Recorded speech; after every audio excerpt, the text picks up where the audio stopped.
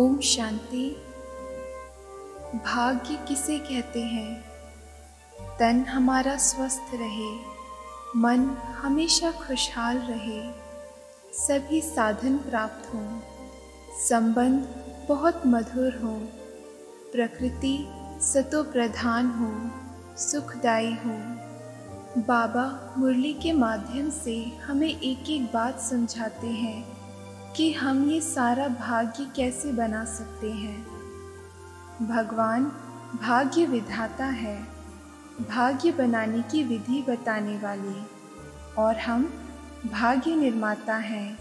भगवान ने जो विधि बताई उस पर जितना चलेंगे उतना हमारा भाग्य बनेगा। बाप दादा से स्नेह तो है, लेकिन साथ साथ पुरुषार्थ से भी ज़्यादा स्नेह रखना चाहिए। दैवी परिवार से स्नेह, सर्विस से स्नेह, बाप दादा से स्नेह, यह तो है ही, लेकिन वर्तमान समय पुरुषार्थ से ज़्यादा स्नेह रखना चाहिए। जो पुरुषार्थ के स्नेही होंगे वो सबके स्नेही होंगे। पुरुषार्थ से हर एक का कितना स्नेह है वो हर एक को चेक करना है। बाप दादा से भी स्नेह इसलिए है कि वो पुरुषार्थ कराते हैं। प्रारब्ध से भी स्नेह तब होगा जब पहले पुरुषार्थ से स्नेह होगा। दैवी परिवार का भी स्नेह तब तक ले अथवा दे नहीं सकते जब तक पुरुषार्थ से स्नेह नहीं। अगर पुरुषार्थ से स्नेह है तो वो एक दो के स्नेह के पात्र बन सकते हैं। अब पुरुषार्थ से भी स्नेह रखना है, क्योंकि यही पुरुषार्थ ही तुम बच्चों की सारे कल्प की प्रारब्ध बनाता है। जितना बच्चों को स्नेह है उतना उससे बहुत अधिक बाप दादा का भी है। जितना जो स्नेही है उतना उसको स्नेह का रिस्पॉन्ड मिलता रहता है। अव्यक्त रूप से स्नेह को लेना है। मेजॉरिटी की अगर 25 रिजल्ट रही तो जो भविष्य समय आने वाला है उसमें पास मार्क्स कैसे होगी? अब तो अव्यक्त स्नेह ही मुख्य है। अव्यक्त स्नेह ही याद की यात्रा को बल देता है। अव्यक्त स्नेह ही अव्यक्त स्थिति बनाने की मदद देता है। पुरुषार्थ से स्नेह कम है, इसका भी कारण यह देखा जाता है कि बहुत करके परिस्थितियों को देख परेशान हो जाते हैं। समझते हैं कि जब परिस्थिति को बदलेंगे तब स्थिति होगी, लेकिन होनी चाहिए स्वस्थिति की पावर, जिससे ही परिस्थितियाँ बदलती हैं। स्वस्थिति की इतनी शक्ति है जो कोई भी परिस्थिति को परिवर्तन कर सकती है। स्वस्थिति की कमजोरी होने के कारण कहाँ कहाँ परिस्थिति प्रबल हो जाती है। फाइनल स्टेज के प्रमाण जो कुछ कमी देखने में आती है उस कमी को शीघ्र निकालना ही पुरुषार्थ से प्यार है। धीरे धीरे नहीं करना चाहिए। साकार का भी मुख्य गुण देखा, वह कोई भी बात को पीछे के लिए नहीं छोड़ते थे। अभी ही करना है। जैसे ही वो अभी करते थे वैसे ही अभी करना है। ऐसे नहीं कि कब कर लेंगे, 10 व 15 दिन के बाद कर लेंगे। ऐसे इंतज़ार बहुत करते हैं, इंतज़ाम को भूल जाते हैं।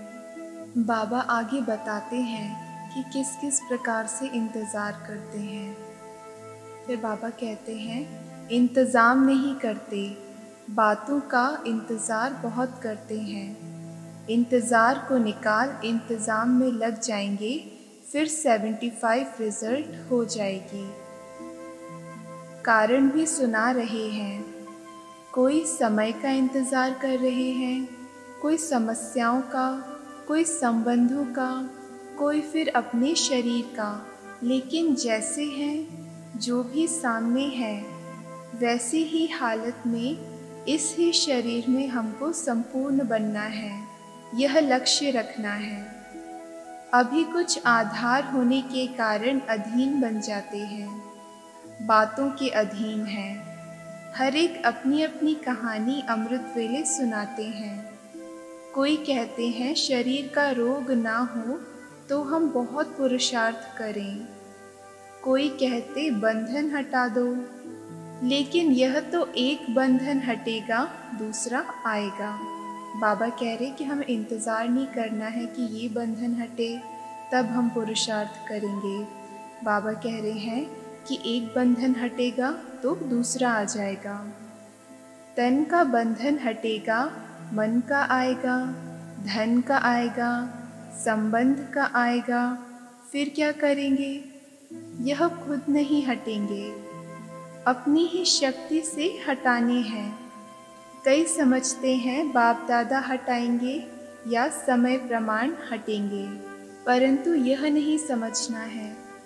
अभी तो समय नज़दीक पहुंच गया है, जिसमें अगर ढीला पुरुषार्थ रहा तो यह पुरुषार्थ का समय हाथ से खो देंगे। अभी तो एक एक सेकंड, एक एक श्वास, मालूम है कितने श्वास चलते हैं? अनगिनत है ना।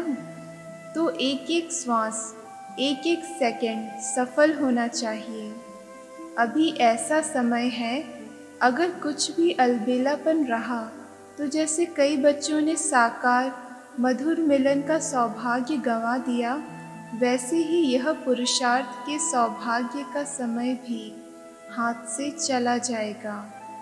इसलिए पहले से ही सुना रहे हैं, पुरुषार्थ से स्नेह रख, पुरुषार्थ को आगे बढ़ाओ। अक्सर देखा जाता है जब इंसान को नौकरी नहीं मिलती है तब वे सोचते हैं काश हमने अच्छे से पढ़ लिया होता। तो ये भी कुछ इसी तरह से है। अभी पढ़ाई का पुरुषार्थ का समय चल रहा है। हम अभी पुरुषार्थ नहीं करेंगे तो हमें कुछ भी नहीं मिलेगा आगे। फिर हम सोचेंगे अगर कि काश फिर से पुरुषार्थ का समय आ जाए, तो 5000 साल तक तो वो समय नहीं आने वाला अगर एक बार ये समय चला गया तो। आगे बाबा कहते हैं, ऊपर से सारा खेल देखते रहते हैं, आप भी देख सकते हो। अगर अपनी ऊंची अवस्था में स्थित होकर देखो तो अपने सहित औरों का भी खेल देखने में आएगा, यानी कि हम साक्षी होकर देखेंगे अपने को भी और दूसरों को भी। बाप दादा तो देखते रहते हैं, हंसी का खेल है। बड़े बड़े महारथी शेर से नहीं डरते मगर चींटी से डर जाते हैं। शेर से बड़ा सहज मुकाबला कर लेते हैं, लेकिन चींटी को कुचलने का तरीका नहीं जानते। यह है महारथियों का खेल। घोड़े सवारों का भी खेल देखते हैं। घोड़े सवार जो हैं, उन्हों की हिम्मत उत्साह बहुत है। पुरुषार्थ में कदम भी बढ़ाते हैं, लेकिन गैलप करते करते फिसलते भी नहीं, गिरते भी नहीं, थकते भी नहीं, अथक भी हैं, चलते भी बहुत अच्छे हैं, लेकिन जो मार्ग की सीनरियाँ हैं उनमें आकर्षित हो जाते हैं। यह क्या कर रहे हैं, यह कैसे करते हैं, तो हम भी करें, तो रीस करते हैं। तो घोड़े सवारों में देखने का आकर्षण ज़्यादा है। प्यादों की एक हंसी की बात है, होती है बहुत छोटी सी बात, लेकिन उसको इतना बड़ा पहाड़ बना देते हैं। पहाड़ को राई नहीं, राई को पहाड़ बनाकर उसमें खुद ही परेशान हो जाते हैं। है कुछ भी नहीं, उनको सब कुछ बना देते हैं। ऊंचा ऊंचा देख हिम्मतहीन हो जाते हैं।